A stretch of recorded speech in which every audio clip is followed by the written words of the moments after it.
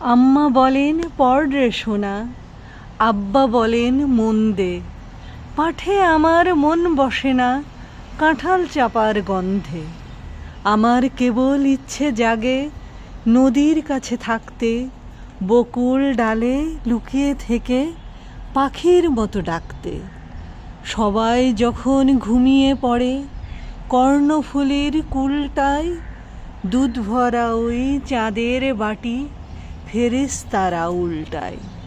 তখন কেবল ভাবতে থাকি কেমন করে উড়ব, কেমন করে শহর ছেড়ে সবুজ গায়ে ঘুরব। তোমরা যখন শিখছ পড়া মানুষ হওয়ার জন্য, আমি না হয় পাখি হব, পাখির মতো বন্য।